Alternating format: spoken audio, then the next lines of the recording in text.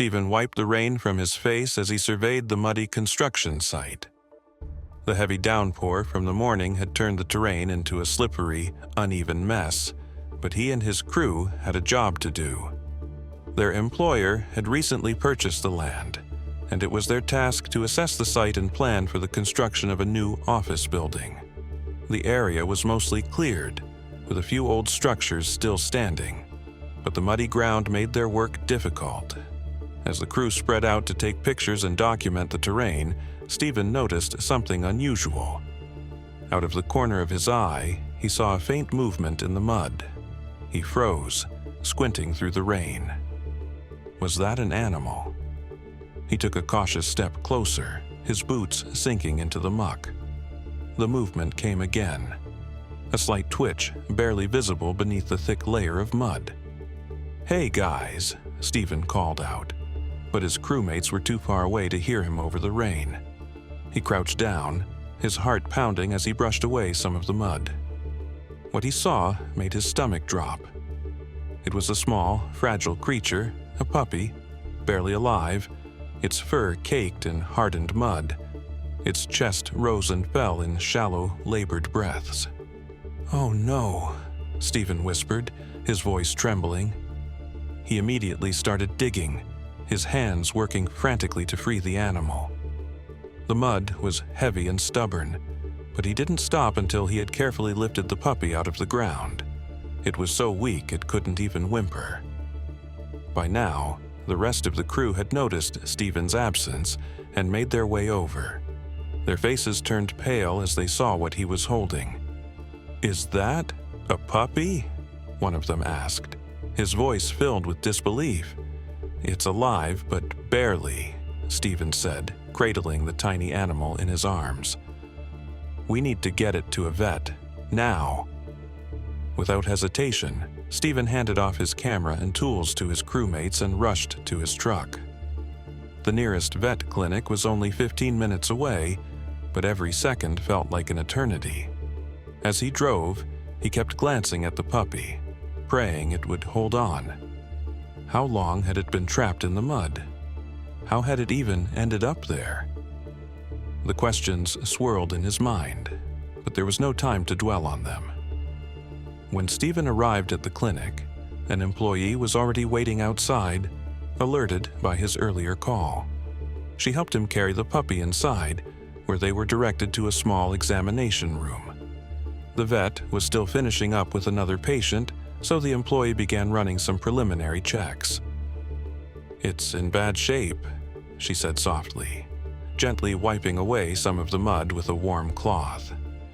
The puppy whimpered in pain, and Stephen's heart ached. "We'll need to get it on an IV for fluids and nutrients. It's too weak to eat or drink on its own." Stephen nodded, his hands clenched into fists. "Do whatever you can, please." As the minutes dragged on, Stephen paced the room, his mind racing. He couldn't shake the guilt gnawing at him. What if I hadn't noticed it? What if I'd been too late? He was so lost in thought that he barely noticed when the vet finally entered the room. The vet, a middle-aged man with a calm demeanor, began examining the animal. He checked its vitals, cleaned off more of the mud, and ran a few tests. Stephen watched anxiously, his stomach in knots.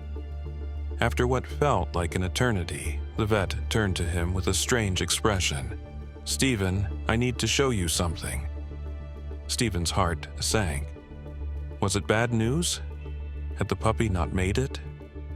He followed the vet into the examination room, his mind bracing for the worst.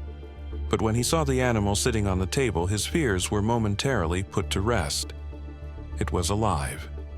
Weak, but alive. Then he noticed something odd. The animal's features were sharper than he remembered. Its ears more pointed, its snout longer. It didn't look quite like a puppy anymore.